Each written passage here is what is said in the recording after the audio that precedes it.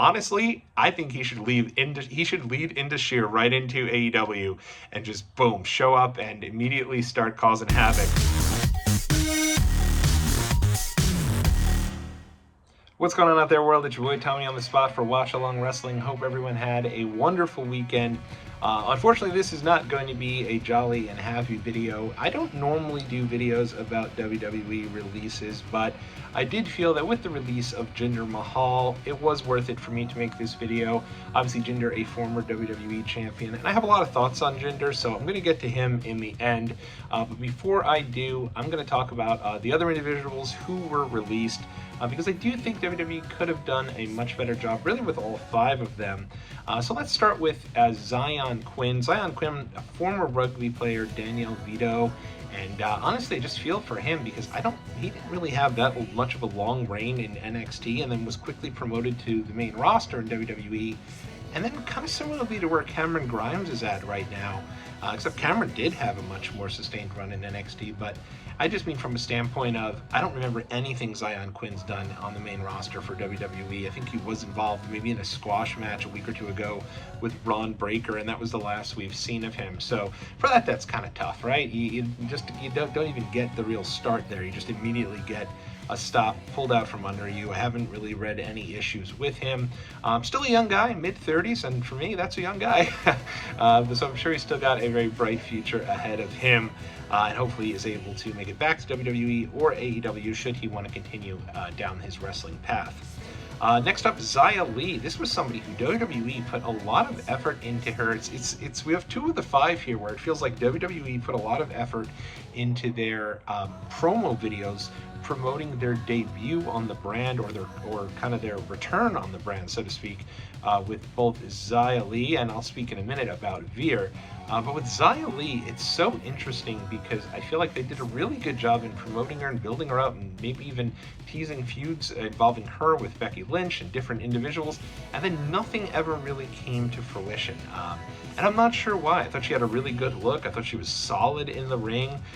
But it just felt like, for whatever reason, WWE just didn't do anything really with Xia Li, even in NXT. I don't really remember too much of her run down in NXT as well, and she's been on with them for a number of years, so it's a shame. Might have just been like not the right fit right now, but hopefully Xia Li, much like Zion Quinn, will have her opportunity to bounce back here and come back to WWE in the years to come, or be successful elsewhere. There's plenty of other opportunities and places for her to go where I'm sure she'll thrive.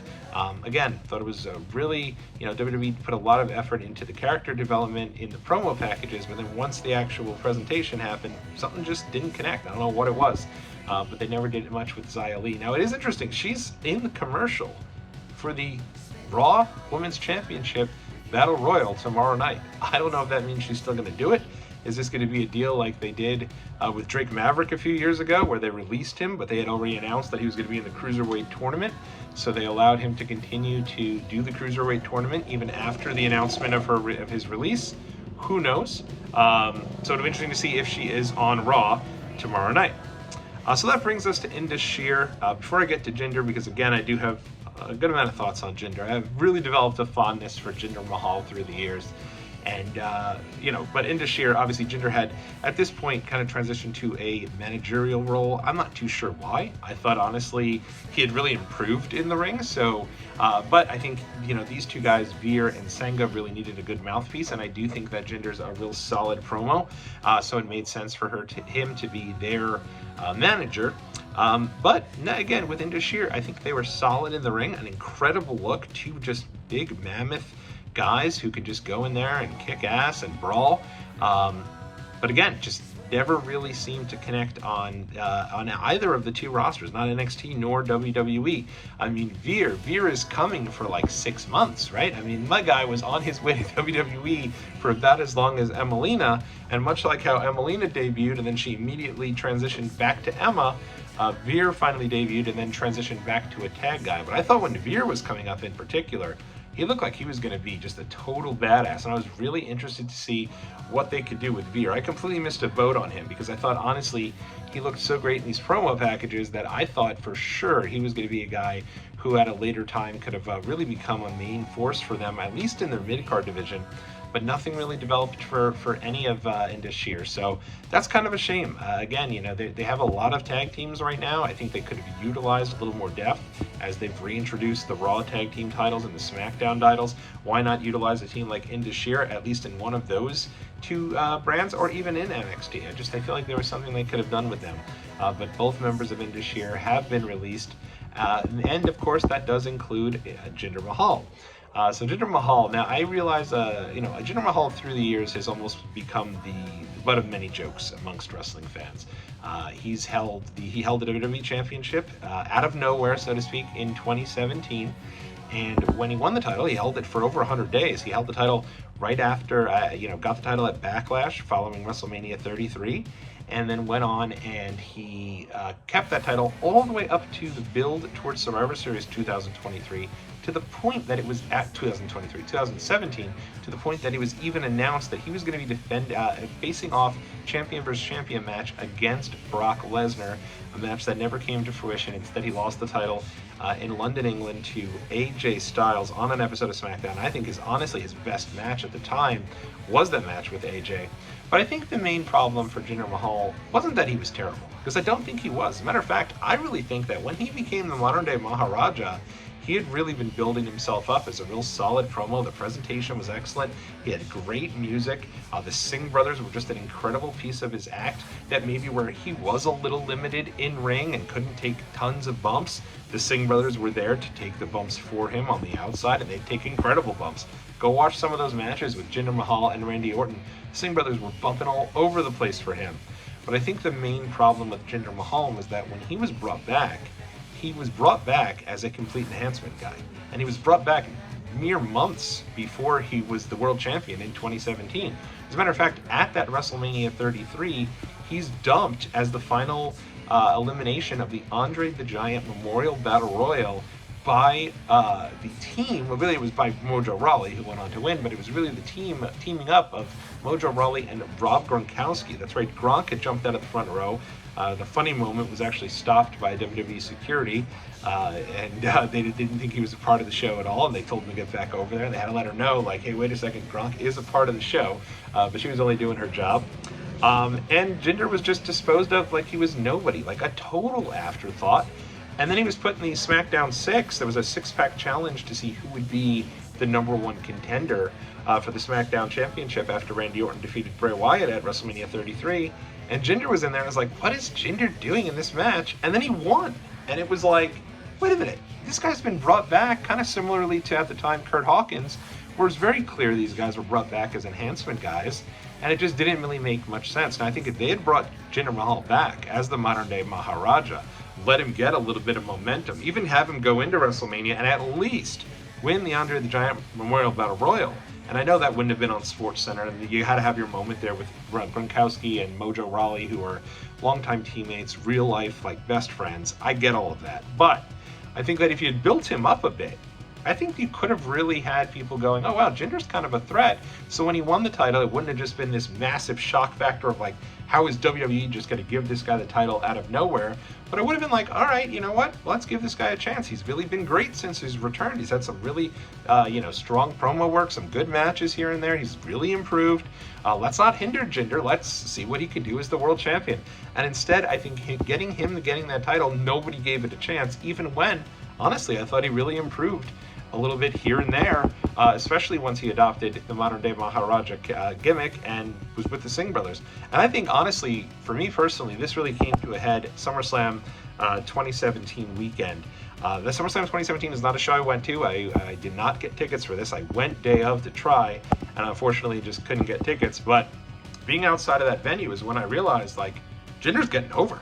People were doing the modern-day Maharaja deal. People were chanting for Jinder Mahal. I'm not kidding you.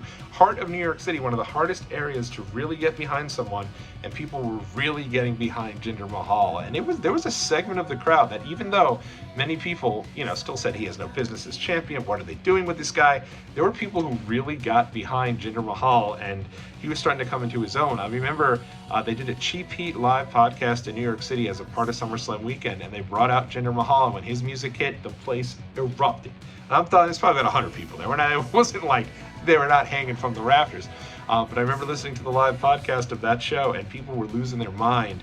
And it was kind of like, it became the type of deal where it was like, hey, this is someone completely different. Like, yeah, maybe he didn't get there the right way. Maybe he should have been built up better. But I think people were starting to say, all right, this is a little bit different. And me personally, even though I was very excited to see AJ Styles get the title because I knew we'd get AJ versus Brock, and AJ versus Brock was awesome and probably a much better match than we would have gotten at Brock versus Jinder. But Brock Lesnar versus Jinder Mahal, for me, I was really interested to see where they went with that, especially because Jinder was built like as strong as can be as champion. He ran through Shinsuke Nakamura multiple times, and there was not like, yeah, he cheated and he had to whatever, but Jinder was winning when he was champion. So even when he lost to AJ, it came out of nowhere, at least I thought so. So it is what it is. I really think Jinder could have been a mainstay as a mid-card champion for a while. I think, they gave him the U.S. championship at WrestleMania 34, and I thought, okay, this makes more sense, right? Maybe he's not the world champion, but you can do something with him as a mid-card champion, especially as he's become a real solid heel, and then he lost it the next night. He was just there as a transitional champion.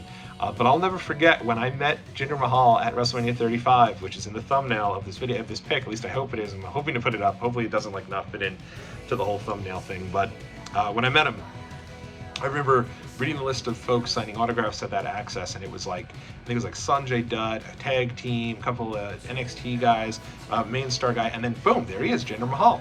And I was like, Jinder's just like thrown in there as kind of a random. And for me, I'm like, this is a former world champion. Like, I'm excited to see Jinder Mahal. And I went over and met him, and I remember I was like, Jinder Mahal. And he was like, in the living flesh, breathe it in, man. And I just thought, like, how awesome he was. I thought it was just great. He came across super charismatic. And I remember I was always really behind Jinder. I just thought, like, they could have done something with him. I know obviously he's friends with Drew McIntyre. They had a match at SummerSlam 2021 that I was at, and I don't know if it's just kind of rose-colored glasses now, but I remember being pretty excited going into that match and it being solid. Like, I didn't think it was bad. So, it's a bit of a shame. And then obviously Jinder this past year, he kind of blew up out of nowhere. He had the whole deal where he shows up with The Rock. They announced he's going to be a former world champion. They tease everyone, and then boom, it's revealed as Jinder Mahal. And when Jinder came out, he got so much heat. I think he was so good. And then The Rock interrupts him, obviously this great moment. But I really thought the back and forth between The Rock and Jinder Mahal was really a bit underrated. And then, of course, from there, he ends up getting a world title match against Seth Rollins. And this leads to Tony Khan going on to Twitter and saying, how could you give Jinder Mahal a title match? He hasn't been built up properly. And this is Tony Khan doing this because people have criticized AEW for bringing people in basically kind of off the street, some folks that are not a member of their roster, and just assuming people know who they are. And I think that him doing this was, he just basically was just doing that for that reason. Kind of petty on his part, I guess, but I don't think he meant any real disrespect to Jinder Mahal. But him doing this really made Jinder this folk hero. And for the build-up to that Rollins versus Jinder match, there are people making like WrestleMania 19 videos with the Limp Bizkit song, the Crack Addict song, building up My Way between Seth Rollins and Jinder Mahal with old videos thrown together, splicing their NXT days with WWE days online. This became like a really big deal, this match. And I thought the match was awesome. I thought Jinder looked great in this match. I think he had a solid deal with Seth Rollins there. And I think unfortunately Rollins got hurt. And I wonder if that is unfortunately what kind of led to the downfall of Jinder, because I remember he then, they made the plans for him for Royal Rumble. He went over, he asked Adam Pearce, hey, what's the deal? What's the story for me moving forward? And Adam Pearce turned around and said, oh, don't worry, we got something for you. But then you didn't see the modern day Maharaja at the Royal Rumble. He never came back. I think that was his last appearance, maybe except for like a random Andre Battle Royal or something like that. But I think that was the beginning of the end. I think Rollins getting hurt there, which is a shame. I think he's solid. So we'll see what's the future for him. Honestly, I think he should lead into Sheer right into AEW and just boom, show up and immediately start causing havoc because of the disrespect that Tony Khan gave to him. Like, I don't know, I know AEW's roster is super bloated, and I know it's more of a work rate promotion, but I really think Jinder Mahal and Indus Sher should go to AEW, and I think it'd be awesome. So I guess more to come. Who knows what's going to happen from that? But real shame. I had to at least share my thoughts on this. I like Jinder, and I would have liked to see what he could do kind of moving forward. And it's always tough when WWE is, I understand that releases, terminations,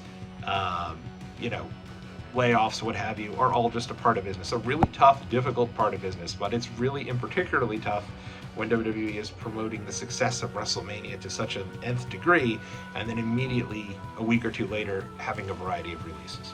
Kind of sucks. Anyway, that's just my thoughts. Let me know what you're feeling about these releases, and we'll be back right here with more content right here on Watch Along Wrestling. Have a great week.